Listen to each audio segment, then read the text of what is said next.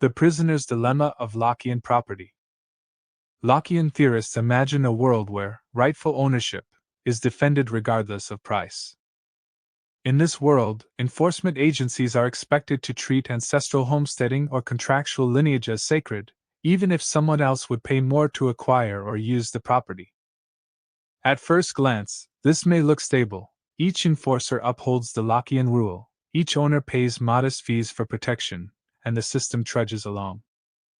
But if we analyze this arrangement as a game, its instability becomes obvious.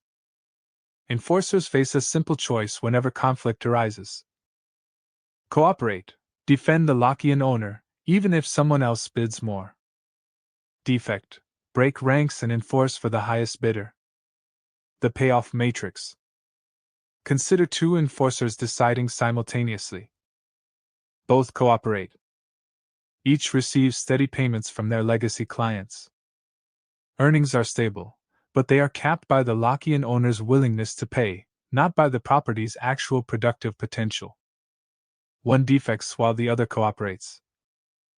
The defector earns the most money, a large immediate fee from the new bidder and stronger future business, since clients learn this enforcer responds to cash rather than ideology.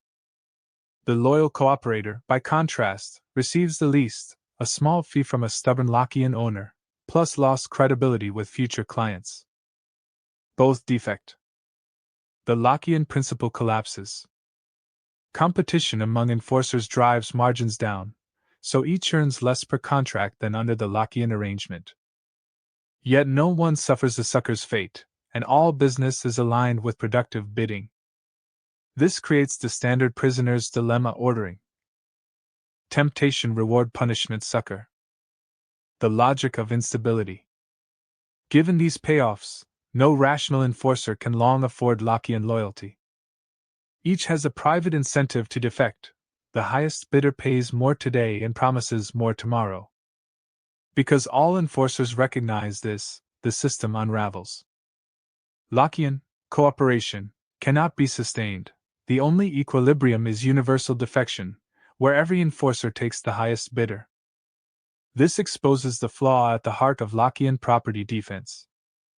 It depends on all enforcement agencies suppressing their own financial incentives indefinitely, acting against the most lucrative contracts available to them.